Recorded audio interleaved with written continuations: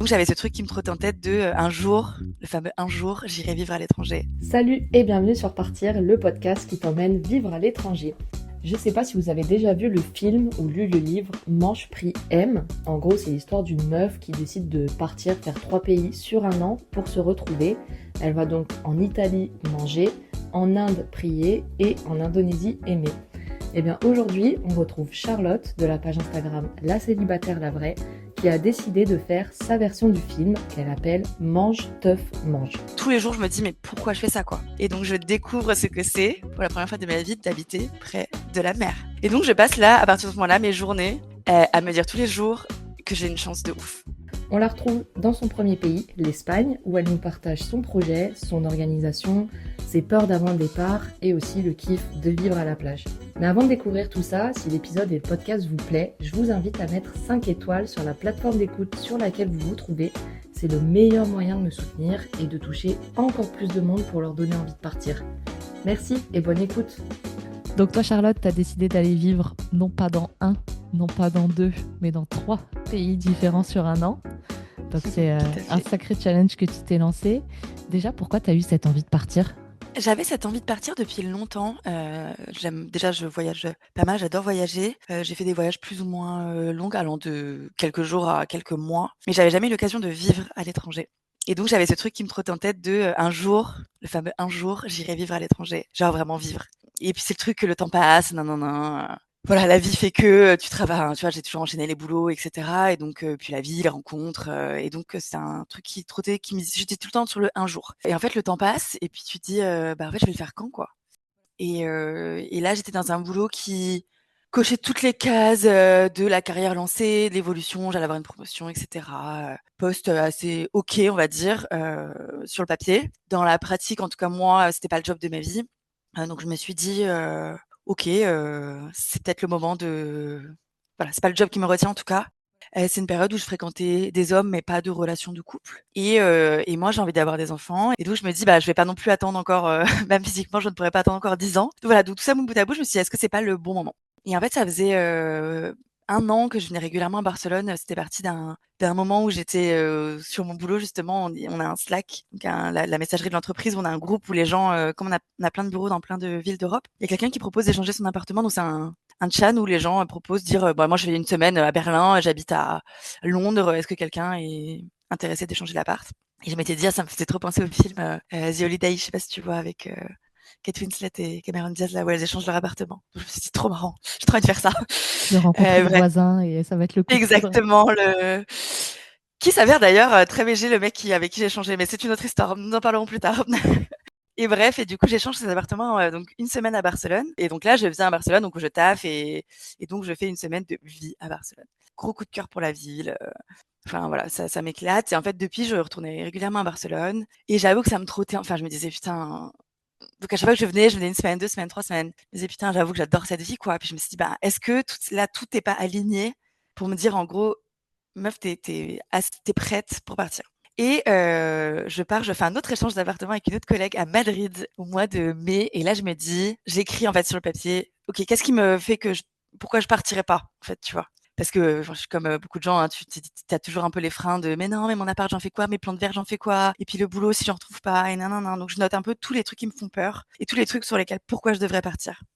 Et évidemment, bah, tu te doutes de la conclusion, il y a genre 1 milliard de raisons pourquoi je dois partir. Et les celles qui me retiennent sont vraiment des peurs, en fait, tu vois, des peurs, soit des sujets matériels, logistiques, tu vois, soit des peurs. Et en fait, je me dis, bah, en fait, non, là, faut le faire. Et donc, pendant que je suis à Madrid, bah, je me note, ok, hein, là, comment tu partirais? Est-ce que tu partirais quelques mois, 1 an? Et puis, bref, le projet se goupille. Et puis, arrive à la fin de ce week-end sur le projet qui est un peu inspiré de Mange Priem, qui est le projet Mange, Teuf, Mange, qui est donc de faire 3 destinations pendant 1 an. 3 destinations où j'ai toujours fantasmé d'aller vivre. Et voilà, je me dis, bah vas-y, fais ça, quoi. Et voilà. Top. Et au final, t'as été pas mal inspiré des films, quoi. Le Ouais, The bah même Holiday, ensuite Eat, Pray, ouais, Love. exactement. En fait, c'est marrant parce que c'est vraiment j'avais lu justement le livre avant de regarder le film et vraiment ce livre m'avait marqué parce que je m'étais dit, mais il y a vraiment des gens qui font ça de leur vie. Enfin, tu vois, Tu sais, je viens d'un milieu, moi, assez modeste et tu vois, ma famille a toujours grandi, vécu au même endroit, pendant toute leur vie. Personne n'avait voyagé, personne n'avait fait d'études et donc moi, j'avoue que jeune, je l'ai lu pendant mes études vraiment et je découvre que en fait, il y a d'autres façons de vivre qui sont pas tu trouves un CDI à la fin de tes études, si tu en fais déjà et toute ta vie, tu as le même taf au même endroit et tu vis dans la même ville et tu fais des enfants et bref. Tu vois, ce modèle très qui est très, bien, hein, mais qui était pour moi le seul schéma possible et quand j'avais lu ce bouquin, je m'étais dit: Putain, mais c'est ça que je veux faire un jour, tu vois. Mais pareil, tu le dis un peu, mais jamais de la vie je ferais ça, je serais pas, enfin, tu vois. C'est un truc de justement un peu fantasmé, quoi. Et vraiment là, donc c'est un peu un truc que j'ai en fil rouge dans ma tête. Et vraiment là, à la fin de ce week-end-là, où je me dis, bah en fait, c'est ça que tu vas faire, meuf, tu vas faire ton manche priem, ouais, et tu vas faire tes 3 pays que tu as toujours envie de faire. Et si tu peux, hein, voilà, pour l'instant, on en parlera après, mais pour l'instant, c'est très théorique. Il y aura la réalité de la vie aussi, mais pour l'instant, c'est toujours le projet, ouais. Trop bien. Et du coup, tu décides de faire ton Eat, Pray, Love en Espagne, Italie, Canada. C'est ça. Pourquoi du coup ces 3 pays? Pourquoi ces 3 pays? Donc effectivement, Barcelone, c'était vraiment un énorme coup de cœur pour la ville. Donc voilà, donc j'ai même pas trop réfléchi. C'était sûr qu'il y avait Barcelone dans le lot. En plus, j'avais fait pas mal de rencontres, amicales. Donc voilà, j'avais déjà commencé à me créer, aussi un cercle, des habitudes, donc voilà. Et après, il y avait l'Italie parce que, ben, l'Italie, quelle question! Non, mais l'Italie vraiment, pays, coup de cœur. Je suis originaire enfin mais mon père est franco-italien, mes grands-parents sont italiens et bizarrement, c'est une ville, c'est un pays, où ma famille a pas trop, culturellement, c'était beaucoup, adapté, quand ils avaient immigré en France et donc il y avait un peu ce rejet, notamment de la part de mon père, de l'Italie. Tu vois, il a jamais parlé italien, je parle pas du tout italien, mais c'est un pays que du coup je visitais souvent parce qu'il m'attirait, parce que, ben, la nourriture, les Italiens, les paysages quoi, enfin, hein, voilà, le trio gagnant déjà. Donc voilà, j'y vais souvent, j'ai fait plein de voyages en Italie et en fait, je me suis dit pareil, c'est un pays où je me verrais vivre parce que y voyager, tu kiffes tout ce que je viens de citer, les paysages, l'italien et la nourriture. J'aurais dû le mettre en premier, vraiment la nourriture premier, hein. Mais en fait, je me suis dit y vivre, c'est encore un autre, level, tu vois? C'est vraiment le savourer, bah, la fameuse Dolce Vita. Enfin, j'avais envie de voir ce que c'est de vivre en Italie et donc voilà, donc je me suis dit: «Bah, vas-y, c'est l'occasion», et le Canada, pourquoi le Canada? Parce que tout le monde me dit que c'est ouf. C'est le seul pays du coup où j'ai jamais été mais tout le monde me dit tellement que c'est incroyable que je crois tout le monde. Là pour le coup, j'y vais, enfin vraiment personne ne m'en a jamais dit, du mal et je pense que tout ce que j'entends de notamment Montréal, parce que l'idée c'est d'aller à Montréal, c'est une ville qui je pense me correspondrait assez bien. Donc voilà, pareil, je me dis c'est l'occasion d'y aller et comme c'est loin, je me dis c'est aussi l'occasion d'y rester un peu plus sur place. Donc voilà, mais après c'est plus une destination où enfin c'est une destination qui est quand même un peu plus chère, etc. Et si j'y reste moins longtemps, c'est moins entre guillemets grave que les autres pays où j'ai vraiment envie de rester plusieurs mois. Mais le Canada, je m'étais dit, voilà, l'idée c'était d'y aller plusieurs mois, mais si j'y vais un peu moins, c'est moins grave quoi. Ça le fait quand même. Bon, bah trop bien. Exactement. Et du coup, tu dis que tu as vraiment envie de vivre dans ces pays et pas seulement être de passage en vacances, même si c'est plusieurs semaines. Qu'est-ce que tu vas chercher dans le fait de vivre dans ces pays? C'est une bonne question. J'ai jamais trop réfléchi à ce que j'y cherchais.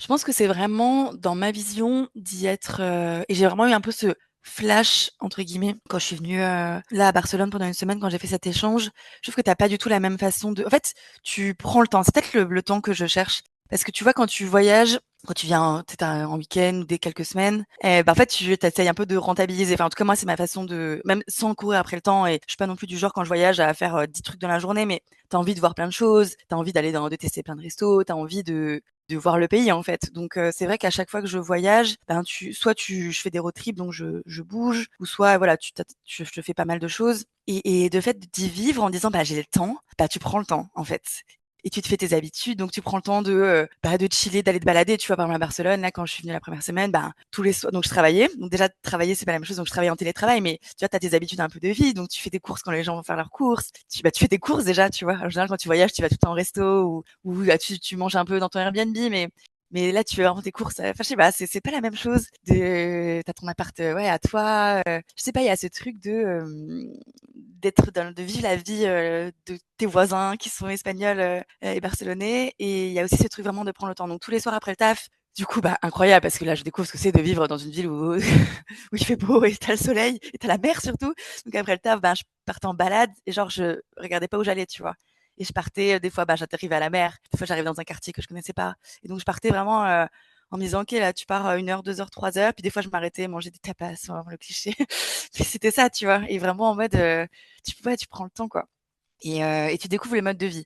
Je trouve quand tu bien sûr, quand tu voyages, tu découvres aussi une culture, tu découvres un mode de vie. C'est hyper important et je trouve que c'est l'intérêt des voyages. Mais moins, du coup, il y a plein de subtilités que tu as pas parce que tu restes pas assez longtemps.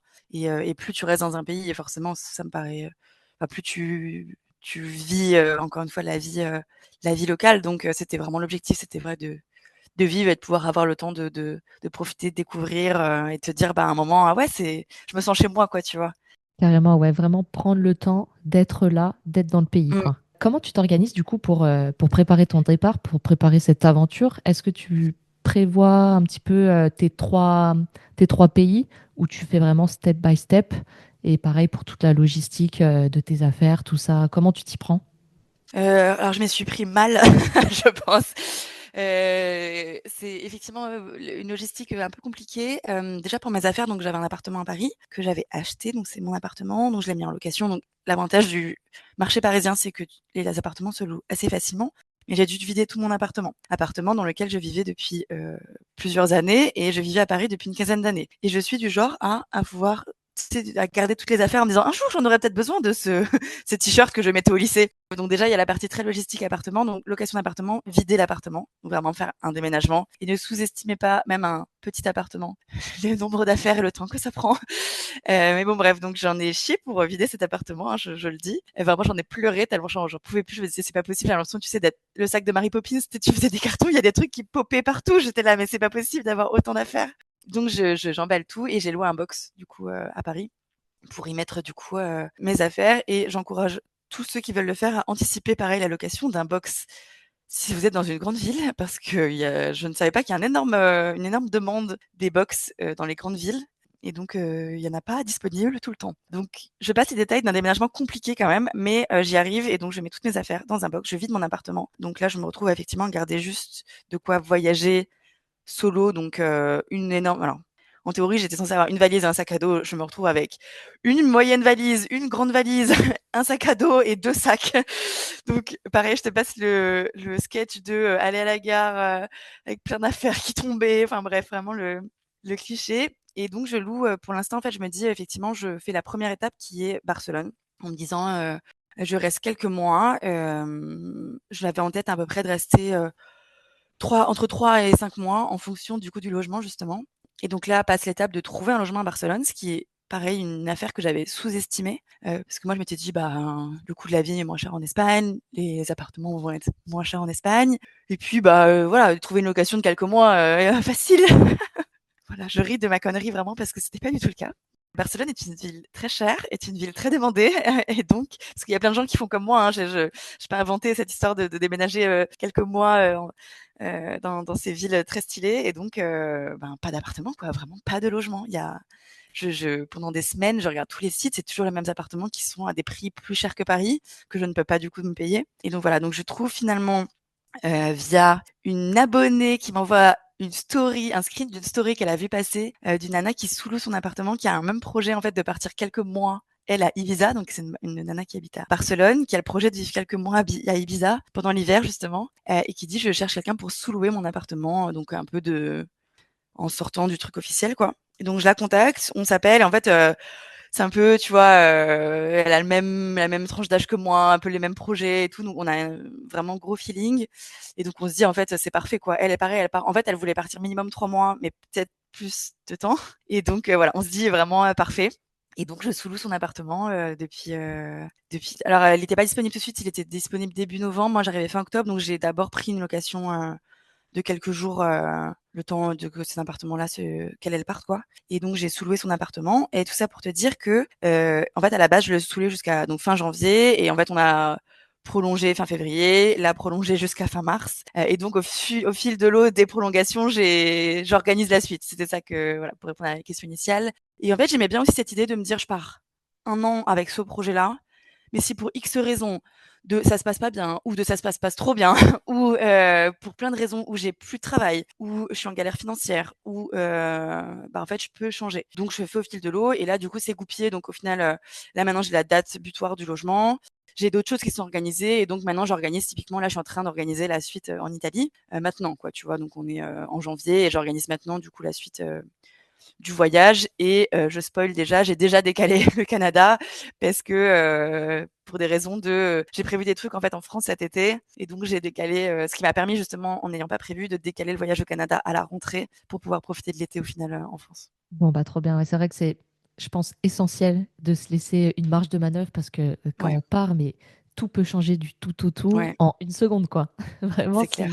si t'es pas un minimum flexible, ça peut vite coincer. Donc, bon, bah, trop bien. Si, j'imagine que tu kiffes l'Espagne, du coup, pour que tu rallonges comme ça. Donc, Tout à fait. t'as l'appart, ton appart à Paris est loué, t'as trouvé ton appart à Barcelone. Au niveau de Mmh. ton travail, du coup, tu conclus avec ton employeur que tu peux bosser en télétravail de Barcelone, c'est ça? Alors oui et non. Ce qui s'est passé, c'est qu'en gros, moi, je bossais sur une boîte qui est donc européenne, mais mon poste était à Paris et c'était dans mon contrat d'être basée en France, que je travaillais pour le marché français. Et donc moi, en gros, pendant l'été, donc je prends la décision en mai quand je suis à Madrid et je leur annonce début juillet, je leur dis que j'ai ce projet-là de partir en fin d'année. Et donc il y a plein de solutions, que soit il y a un autre poste pour moi. Parce qu'en fait, du coup, je ne pouvais pas faire ce poste-là à distance. Je leur propose quand même de le faire à distance, mais c'est vrai que c'était compliqué. Toute mon équipe était à Paris. La deuxième solution, c'était s'il y a un poste à Barcelone, parce que du coup, on a des locaux à Barcelone, sachant que je ne parle pas espagnol, c'est important de le préciser. Et après, il y avait la solution, bah, voilà, qu'est-ce qu'on fait si je dois partir Mais on en arrive à la conclusion je pars du coup de ce poste-là en démission à fin décembre. Mais en étant, parce qu'ils ont besoin de moi jusqu'à la fin de l'année, le temps de me remplacer, et cetera. Donc ce que j'accepte, par contre, je leur dis les dernières semaines seront du coup, moi je veux partir, j'attendrai pas janvier en gros pour partir. Je veux partir en octobre. Donc on se met d'accord sur une date en octobre et je termine mon contrat, qui était mon contrat donc d'avant, à distance effectivement, en 100 télétravail depuis Barcelone. Et du coup j'avais ce projet-là aussi de ne plus travailler à temps plein parce que du coup, ben, j'ai mon compte Instagram que j'avais un peu délaissé depuis quelques mois, voire années parce que ce boulot-là était très, très prenant et donc je m'étais dit, ben, j'avais mis dans les options de redevenir freelance.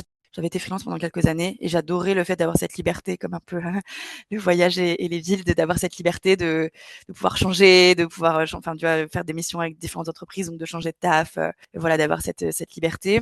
Et donc je m'étais dit, bah, en fait, je pourrais redevenir freelance. Et donc donc je dis, je redeviens freelance et ils m'ont proposé, du coup, ils avaient besoin, enfin, je leur dis ça parce qu'ils me proposent, du coup, de remplacer quelqu'un qui a un poste justement international, qui est absente pour congé maternité. Donc ils me disent, à partir de janvier, on aurait besoin de toi sur ce poste-là. Est-ce que ça t'intéresse? Et donc je dis, bah parfait. Du coup, je prends ce poste-là en freelance, mais du coup, pas à temps plein, donc à temps partiel. Et donc ça va à tout le monde. Et donc voilà, c'est ce que je fais du coup depuis. Donc je travaille dans la même boîte, mais du coup plus en contrat en tant qu'indépendante. Et j'ai un contrat pour l'instant, et c'est pour ça aussi que ça va changer la suite de l'année. Pour l'instant, je suis en contrat jusqu'en début avril. Donc après, pour l'instant, je n'ai plus de travail. Donc ça fait partie de pareil des sujets de ma to-do list de dans quelques jours. Donc voilà, donc en gros, pour te dire que je suis effectivement à 100 télétravail pour l'instant dans la même boîte, mais en fonction de s'il y a des postes en avril pour moi dans celle-ci ou pas, ben je serai peut-être dans une autre entreprise, quoi. J'espère. Ouais. En Les tout cas, que choses peuvent. que j'aurai un travail. Bah, c'est tout ce que je te souhaite. Bon, au final, ouais, les choses peuvent pas mal changer. Encore une fois, on en revient à cette fluctuation des événements. Et, Exactement. mais c'est bien, du coup, si tu peux retourner en freelance, ce sentiment de liberté de pouvoir gérer ton planning, puis même les destinations, etc. Ça n'a pas de Et prix. Bon, du coup, toi, tout est en place. Il n'y a plus qu'à prendre tes clics, tes claques et bamos. T'es dans c'est quel clair. mood avant de partir? Franchement, pas très bien. Quand je suis partie, en fait, c'était logistiquement, bah, j'avais sous-estimé, je pense, beaucoup de logistique. En fait, je l'avais anticipé, mais genre, je pense que quand ça arrive, c'est plus compliqué que prévu. Donc j'ai réalisé le déménagement, en fait, toute seule, hein, parce que du coup, je vis seule. Alors j'ai des amis qui m'aident, mais qui m'aident, tu vois, le jour du déménagement, mais faire tous les cartons, bref, tout seul, c'est lourd. En plus, bah, tu as 15 ans de souvenirs tu sais, qui te peut pop-up quand tu fais tes cartons, donc des souvenirs joyeux, mais des souvenirs aussi, moins joyeux. Donc déjà, c'est un peu compliqué. Et je fais ça aussi, j'aurais dû le faire et je conseille à tout le monde, je ne pose pas de jours de congé pour le faire. Grosse erreur, parce que du coup, je me retrouve à taffer donc toute la journée et c'est une période de rentrée. Donc là, quand je te parle, c'est la temporalité, c'est donc septembre-octobre, qui est une période très difficile dans mon travail. qui est une période très chargée, où je me retrouve à faire des journées vraiment difficiles avec des sujets vraiment compliqués au travail. Et donc le soir, à devoir gérer donc toute cette partie déménagement, trouver un logement, parce que du coup à ce moment-là, je cherche un logement à Barcelone, à me dire en fait, ok là à ce moment-là, je n'ai pas de suite, j'ai démissionné, mais je n'ai pas de suite. Pour l'instant, c'est pas encore validé que j'ai ce poste à côté. Donc vraiment une période où donc je dors pas beaucoup, je suis très fatiguée et il y a 1000 choses vraiment dans ma tête. J'ai des to-do list dans tous les sens et donc vraiment c'est tous les jours je me dis: «Mais pourquoi je fais ça quoi?» Vraiment, donc vraiment à chaque fois que je me dis ça, j'ouvre mon application météo, je regarde la météo à Barcelone et je dis: «Ah oui, OK, je me souviens». Vraiment c'est un peu mon truc, tu sais très, parce qu'il y a aussi le truc, oui, tu vas vivre des expériences de ouf, nanana, tu sais? Mais en fait le seul truc tangible que j'avais, c'était cette putain de météo, tu vois? C'est de me dire: «OK, ça tu sais que les expériences, tu sais pas en vrai ce qui va se passer, tu sais pas les rencontres que tu vas faire, tu sais pas si tu vas kiffer». Par contre la météo, je sais, c'est tangible, tu vois? Donc j'ouvrais à chaque fois l'application météo pour me dire: «Meuf, tu sais pourquoi tu le fais». Mais vraiment j'en ai chié, vraiment j'ai une période en fait, j'ai fait un burn-out au travail. J'ai une partie de mon équipe qui a été aussi en burn-out. Vraiment, voilà, ça a été une période compliquée au travail et donc j'ai en plus ça qui s'accumule et donc c'est vraiment une période où ouais, c'est j'ai pas vécu, de manière très joyeuse ce départ, j'avoue, hein. Vraiment je suis assez honnête parce que c'est comme ça que je l'ai vécu et donc ça a été un peu difficile et vraiment tous les jours je me disais: «Pourquoi tu t'infliges ça?» Et en plus je me remets tout en question, je me dis enfin tu vois, tu te dis: «J'ai trop mal géré, je suis nulle, si je gère mal le départ, je vais trop mal gérer la suite». Enfin tu vois? Grosse remise en question et vraiment le jour où je pars, donc je finis à 4:00 du mat mon ménage. La nana arrivait à 9:00 pour récupérer les clés de l'appart et j'avais mon train à 14:00. Enfin pareil, je m'étais un peu tiré des balles dans le pied quand même en y repensant. Mais et en fait, je suis vraiment je lui laisse les clés, donc je finis à peine le ménage avant qu'elle arrive. Je cours à mon box, déposer des affaires parce que j'avais pareil pas bien anticipé les affaires. Et je me retrouve avec toutes ces affaires. Il pleut parce qu'évidemment, le cliché de genre vraiment je sors de l'appartement, la trompe de pluie. Je me dis c'est pas possible. Et donc là vraiment je pleure, vraiment je me retrouve à pleurer dans la rue. Mon taxi, donc je prends un taxi parce qu'impossible de prendre les transports avec toutes mes affaires. Donc pour aller à la gare. Et ça j'avoue que j'ai bien géré. J'avais dit à une de mes meilleures potes de me rejoindre pour déjeuner à la gare avant de partir et de pas me retrouver avec mon sandwich, tu sais, sur le quai en badant quoi, tu vois. Et donc je déjeune avec, donc elle me rejoint à la gare. Et donc dans le taxi, vraiment, je pleure, j'arrête pas de pleurer, j'envoie des messages, je dis ça va pas, je vais pas partir, quoi. Enfin, j'y arrive pas, quoi. Là, vraiment, ça va pas du tout, quoi.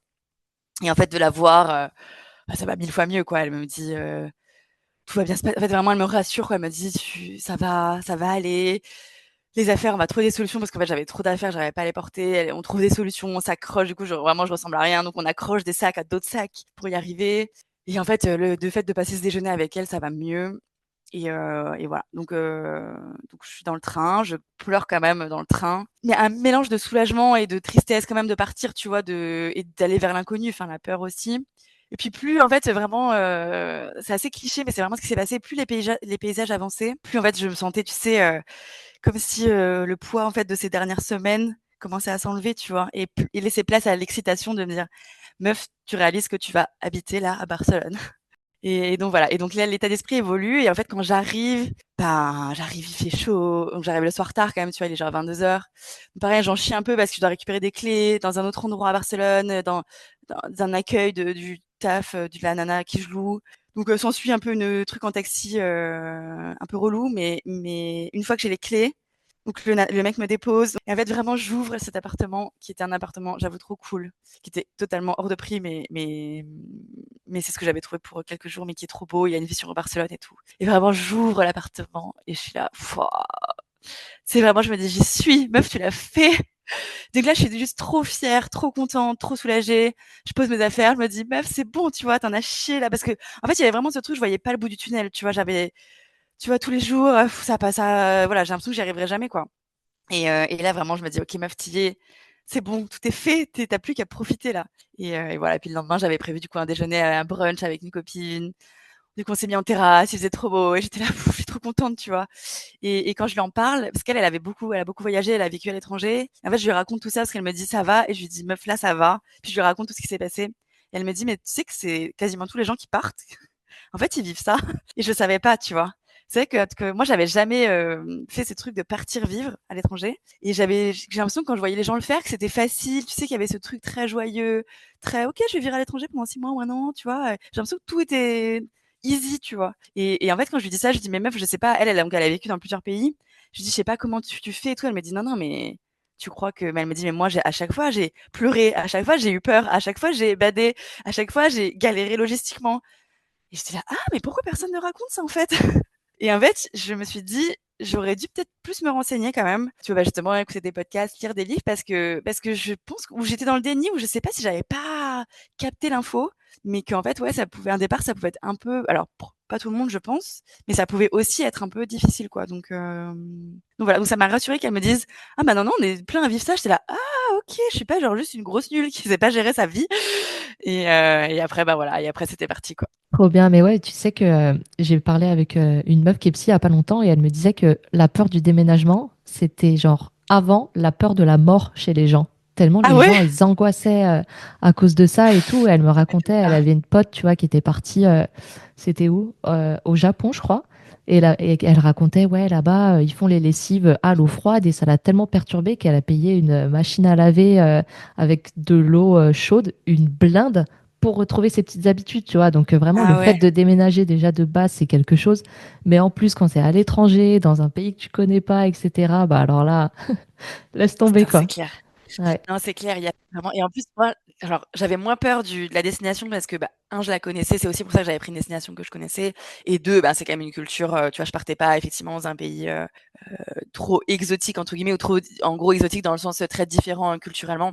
Donc ça me faisait moins peur le l'arrivée sur place que vraiment, ouais, la partie, bah, aussi il y avait aussi cette peur de: «Est-ce que je fais une énorme erreur?» Tu vois? Enfin, là, je parle de la partie très, matérielle, technique et tout le contexte, mais en fait, je me demandais tout le temps: «Est-ce que je suis pas en train de faire une énorme connerie?» Tu vois?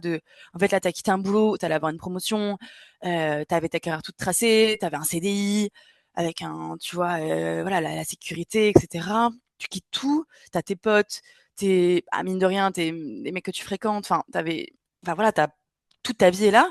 Là, tu envoies tout chier pour un délire de partir, sans taf dans une ville où tu te dis, enfin, tu vois, un peu le délire. Je me suis dit: «Mais en fait, est-ce que vraiment partir à Barcelone, ça se trouve, c'est marrant une semaine, 2 semaines, 3 semaines, mais en fait, y vivre, je vais me dire: "Qu'est-ce que je fous là?"»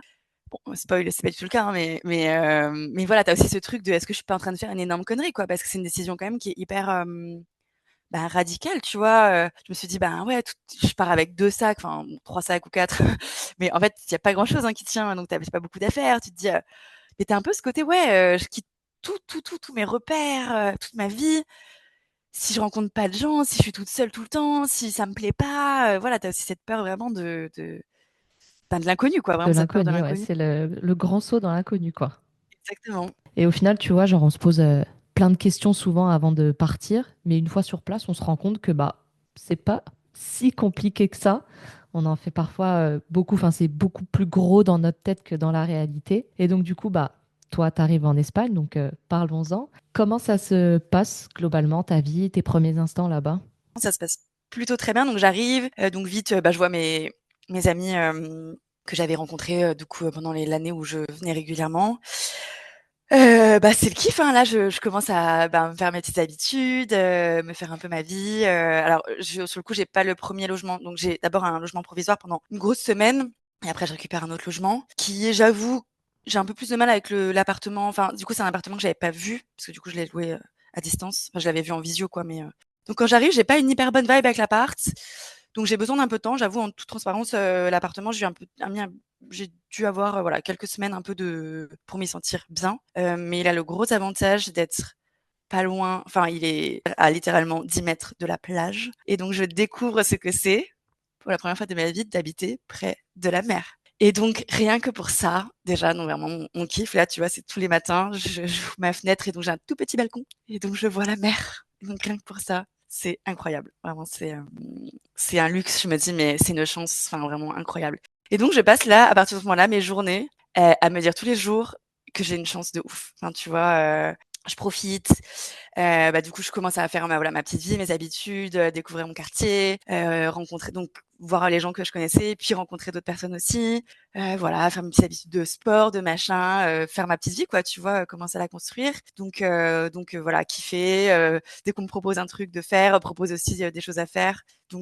Bah, voilà, exactement ce qui était prévu, c'est-à-dire, profiter de la ville qui, ne déçoit pas du tout, bien au contraire. Enfin voilà, pour le coup, dès les premières semaines, je me dis ouais, je suis trop contente d'être là. J'ai vraiment bien fait. Il y a une météo. Je parle beaucoup de la météo, mais parce que vraiment, j'étais traumatisée de cette météo de 2024 à Paris où il a fait que moche et que pleuvoir.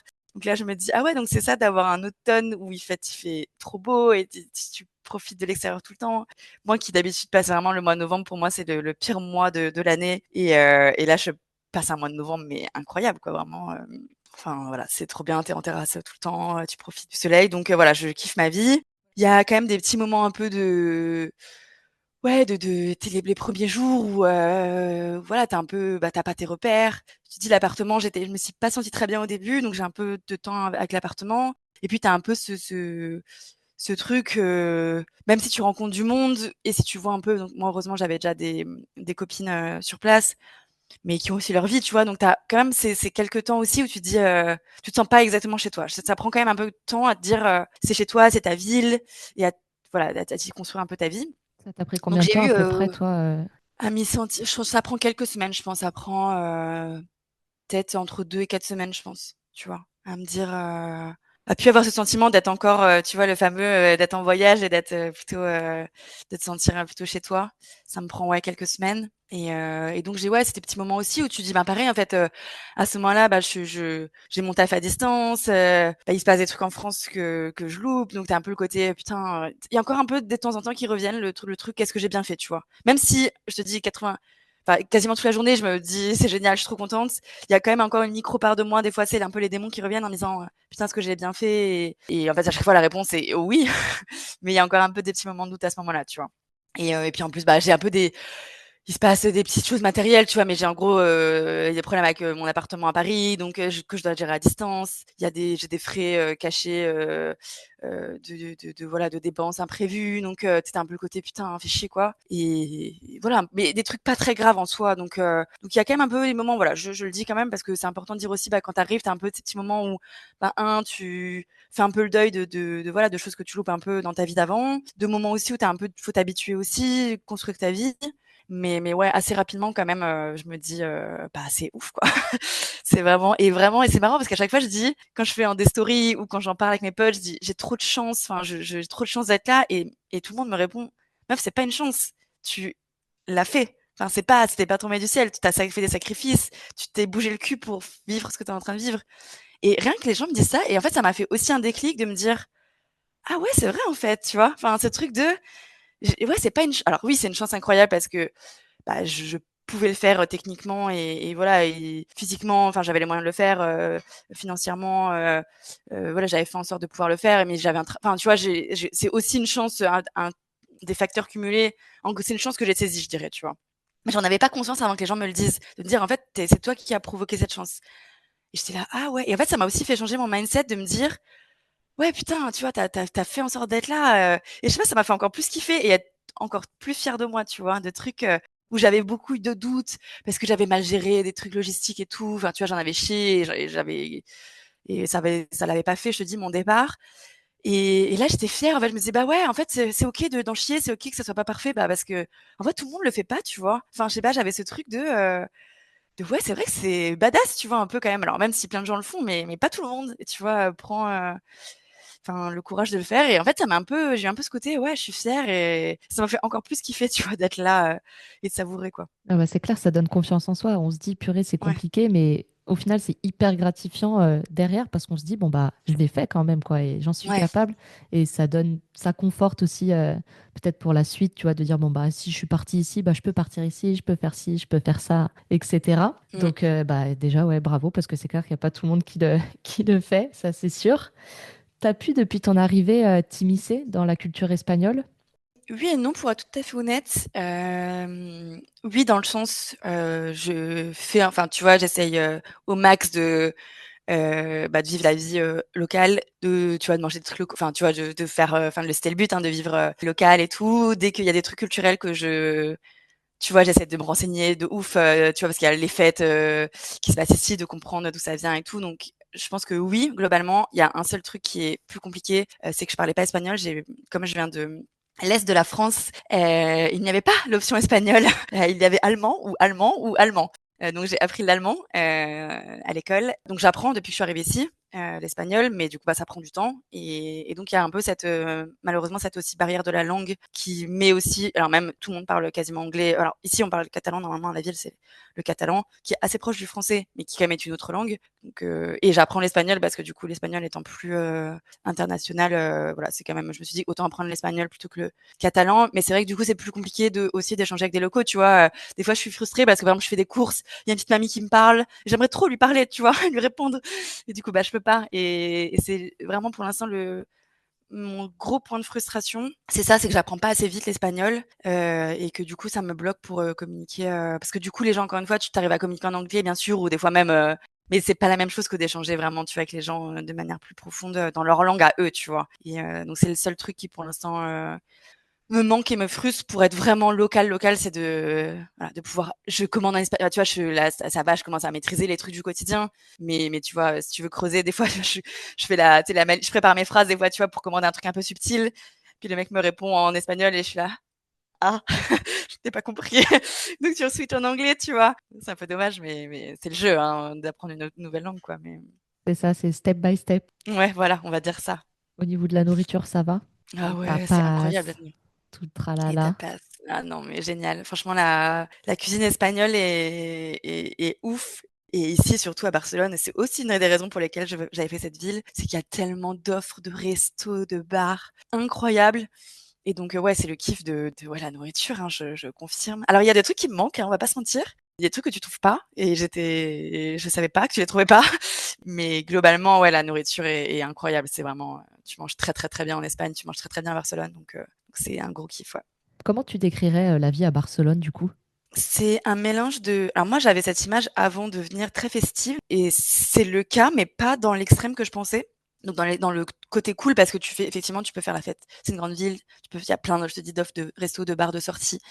Mais c'est pas la fête trash que j'avais en tête de Barcelone, C'est très, du coup, comme il fait très beau dehors, c'est une ville très en extérieur, donc tout le monde est tout le temps dehors. Tu as plein de places où les gens, tu vois, j'adore, tu sais, tu as des places où les gens, sont en terrasse et tu as les enfants, tu as toujours des petites, installations pour que les enfants jouent au milieu et tu sais, les parents sont, en train de boire des bières en terrasse. Donc il y a vachement, ouais, cette culture de l'extérieur, les gens se baladent beaucoup.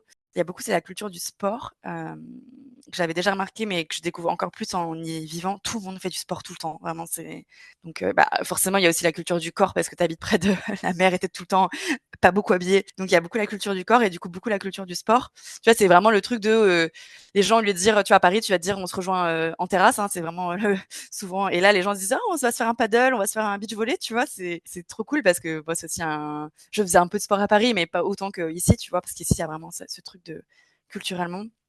Aussi, les gens sont adorables, vraiment. Les gens sont hyper gentils. J'avais un peu peur de la ville. C'est vrai que c'est une ville très touristique. Tu vois, j'avais un peu, tout le monde me disait, les Catalans, ouais, c'est pas très accueillant, les Espagnols, enfin, tu vois, et pas du tout. Enfin, les gens sont vraiment adorables. Franchement, pour l'instant, j'ai eu que des trop bonnes expériences d'accueil. Et tout ça fait que c'est une ville assez chill, tu vois. Il y a vraiment ce truc de, je sais pas comment dire. Et c'est ça que justement, j'avais pas eu le temps de découvrir et que je découvre vraiment en y vivant. Il y a ouais une douceur de vivre qui est un mélange ouais de sport de fête, mais en même temps de petites terrasses, de prendre le temps, de gens ouais qui sont de gentillesse, tu vois. Et malgré effectivement le fait que ce soit une grande ville, que c'est con, tu vois, mais le métro par exemple, je sais pas, tu sais, j'ai pas jamais vu aucune bousculade pour l'instant dans le métro, tu vois. Enfin, je sais pas comment dire, mais ouais, je trouve que tu as vraiment les avantages d'une grande ville avec les avantages d'une petite ville, en fait. Je sais pas comment dire, ouais, c'est une ville, Bon cool, mix quoi, des vraiment deux, le mot quoi. cool. Ouais, Ouais. tu as vraiment le bon mix des 2, je trouve. Ouais, bah franchement, tu nous le vends à la perfection. Franchement, moi, ça me donne envie de partir à Barcelone. Et c'est vrai que j'étais passée, mais juste en vacances, et j'avais bien kiffé. Donc, j'imagine que d'y vivre, ça doit être pas mal. Mmh. Et une question qui nous intéresse un peu toutes, soyons honnêtes, c'est est-ce qu'il y a des beaux gosses à Barcelone? La question, évidemment. C'est vrai que je t'ai pas dit pourquoi j'avais choisi Barcelone aussi. C'est pour les BG. Franchement, ouais, ouais, ouais, il y a vraiment, il y a vraiment, vraiment beaucoup de beaux mecs et de belles meufs. Hein, vraiment, la beauté dans cette ville et voilà, et dans tous les genres. Il y a des gens très, très, très beaux. Et en plus, je disais, bah, en fait, c'est vrai qu'il y a vachement la culture du sport, du corps. Donc les gens s'entretiennent beaucoup, donc il y a vraiment ce truc, autour de ça. Donc ouais, les gens sont vraiment très, très beaux. Vraiment, je vois des nanas incroyables, des mecs incroyables. Donc c'est plutôt très agréable, ouais, quand tu es sur ta petite terrasse de mater. Tu vas à la plage, c'est voilà, c'est Le c'est très, décor très est agréable, agréable. quoi. Tout à fait, c'est vraiment j'adore faire ça, tu vois? Je me pose avec mon café, sur le bord de la plage et juste je regarde. Donc tu as le paysage, hein, qui est magnifique et puis tu as vraiment tous ces gens qui sont en train de jouer au beach volley tellement beau, tu as l'impression d'être vraiment dans un film. Ouais, ouais, non, les gens sont très, très beaux et vraiment c'est un peu cliché ce que je dis, mais ils sont hyper souriants, tu vois? Donc en fait, ça les rend beaux aussi, tu vois? Puis, bah, je pense que la dose de soleil qu'ils ont, ça les rend c'est peut-être pour ça qu'ils sont sympas aussi. C'est que Finalement, c'est le ça les soleil, rend joyeux. Ouais, grave. Est-ce que tu tu as sens qu'ils pu sont voir shootés de vitamine D, quoi, tu vois? c'est ça. Et est-ce que tu as pu voir si les habitudes de dating ou de ce manière de se rencontrer d'un point de vue amoureux, etc., c'était un peu différent en Espagne par rapport à la France? Alors malheureusement, pour l'instant, je n'ai pas encore, trop testé parce que, en fait, quand je suis arrivée, je te cache pas que j'avais pas la tête à ça, tu vois? Enfin, j'étais tellement dans mon truc, bah, de déménager, d'arriver et en fait, c'était pas ce que j'avais tu vois? J'avais envie de faire ma vie, de faire des rencontres, mon cercle amical plutôt, donc je me suis pas du tout, mis là-dessus et j'avais encore, en fait, je fréquentais des mecs, à Paris, donc j'avais encore ces histoires qui étaient en train de plus ou moins de se terminer toutes. Donc en fait, c'était pas la période en tout cas quand je suis arrivée où je me suis mise là-dessus. Donc en gros, je suis arrivée fin octobre, donc il y a eu déjà, voilà, t'arrives, tu fais ta vie. Novembre, ça a été beaucoup, mon cercle amical. Décembre, j'y suis restée que la première partie décembre parce qu'après il y a eu j'ai dû retourner à Paris pour le taf. Je suis partie à Londres. Après, il y a eu les fêtes de Noël, donc en fait, j'ai pas passé décembre ici, donc j'ai pas eu l'occasion, en toute transparence, de faire des rencontres. Et c'était aussi la période où j'ai mis fin à toutes mes histoires, pour faire un peu justement un reset en janvier, enfin, tu vois, en me disant, OK, ben, en fait, c'est toutes les histoires de naturellement, enfin, arriver un peu à leur terme, soit naturellement, soit pour plein de raisons. Et donc c'était l'occasion d'y mettre un peu un terme, officiel. Et donc je suis un peu arrivée en janvier par contre, en mode, vierge.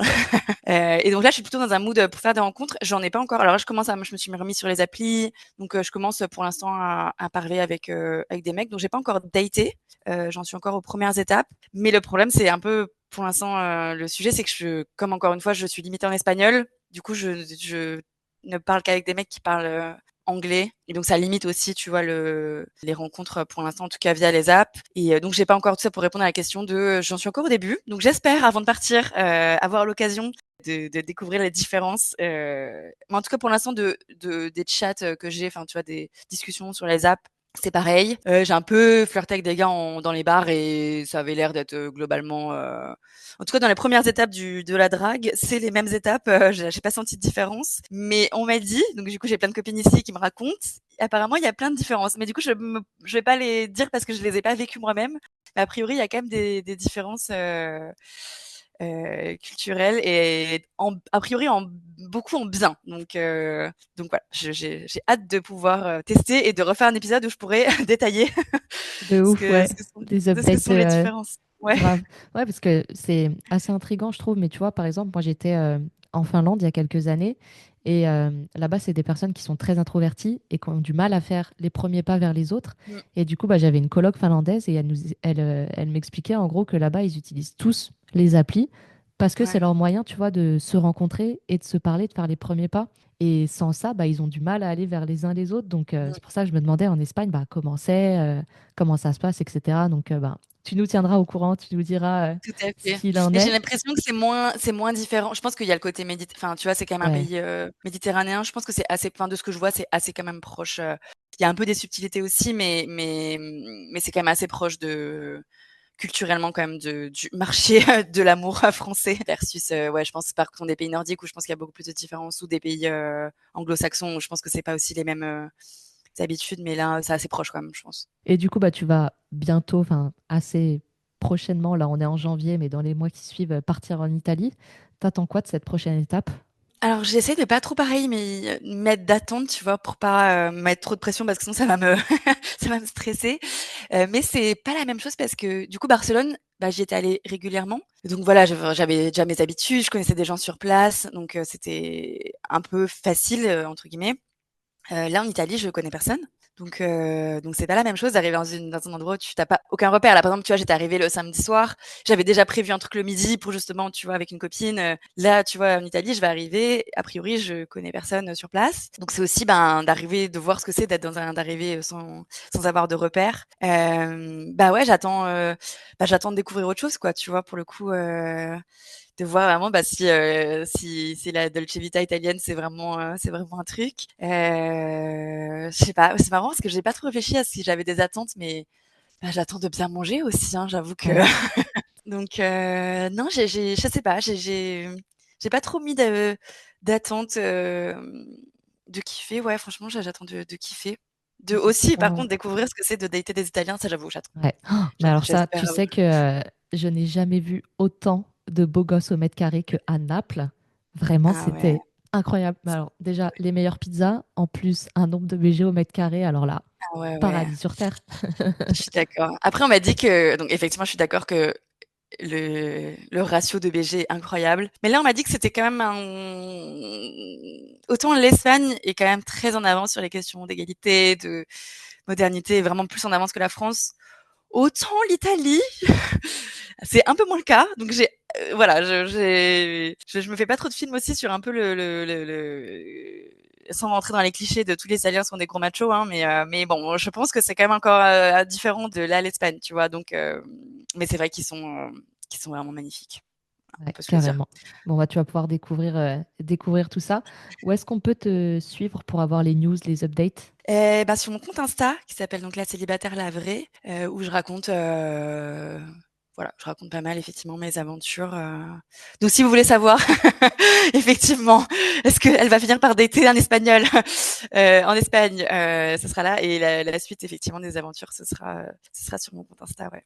Hop, bon, bah, pour finir, est-ce que du coup, tu aurais un message à faire passer pour celles et ceux qui veulent tenter la vie à l'étranger? Tentez, franchement, osez, ne vous limitez pas à vos peurs. Je sais que c'est dur parce que moi, vraiment, ça m'a pris des années à processer, de me dire, je peux le faire, je vais y arriver, etc. Ça m'a vraiment pris des années, mais à refaire, je l'aurais fait même plus tôt et j'aurais pas attendu.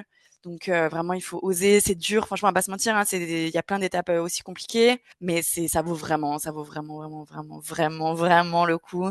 Ça vaut le coup, même si enfin, c'est une expérience et je pense que ça apprend plein de choses sur soi. Et tu as parlé de la confiance en soi et je suis assez d'accord sur moi, je suis une personne qui a pas très confiance en elle. Je pense que ça se voit parce que j'ai beaucoup parlé de doute et de peur et de j'en suis pas capable. Et je pense qu'effectivement, c'est ce genre d'expérience qui te fait dire, quoi qu'il se passe après, ça se passe bien ou pas bien.